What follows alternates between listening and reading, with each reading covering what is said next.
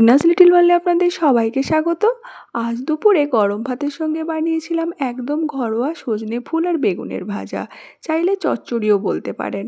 প্রথমেই সজনে ফুলগুলো ভালো করে ধুয়ে জল ঝরিয়ে নিয়েছি, আলু আর বেগুন ডুমো ডুমো করে কেটে নিয়েছি। কড়াইতে সর্ষের তেল গরম করে দুটো শুকনো লঙ্কা আর একটু পাঁচ ফোড়ন দিয়ে দিলাম। ফোড়নের সুন্দর গন্ধ বেরোতেই ডুমো করে কাটা আলুগুলো দিয়ে হালকা নাড়াচাড়া করে দিয়ে দিলাম নুন, হলুদ আর চেরা কাঁচা লঙ্কা। আবার একটু নেড়ে কেটে রাখা বেগুন আর পেঁয়াজ কুচি দিয়ে দিলাম। পেঁয়াজের পরিমাণটা একটু বেশি দিয়েছি, যে কোনো ভাজা বা চচ্চড়িতে একটু পেঁয়াজ বেশি দিলে স্বাদটা সত্যিই অনেক বেড়ে যায়। সব কিছু ভালো করে মিশিয়ে একটু ঢাকা দিয়ে রাখলাম।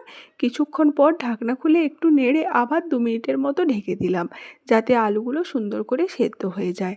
আলু সেদ্ধ হয়ে গেলে ওপরে দিলাম জিরে গুঁড়ো আর সজনে ফুল। সব কিছু ভালো করে মিশিয়ে আবার 5 মিনিটের মতো ঢেকে রাখলাম।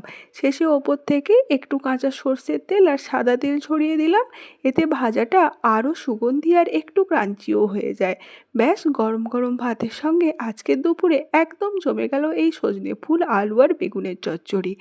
আজ এই পর্যন্ত, আবার অন্য কোনো মজাদার রান্না নিয়ে আসবো। এখন টাটা।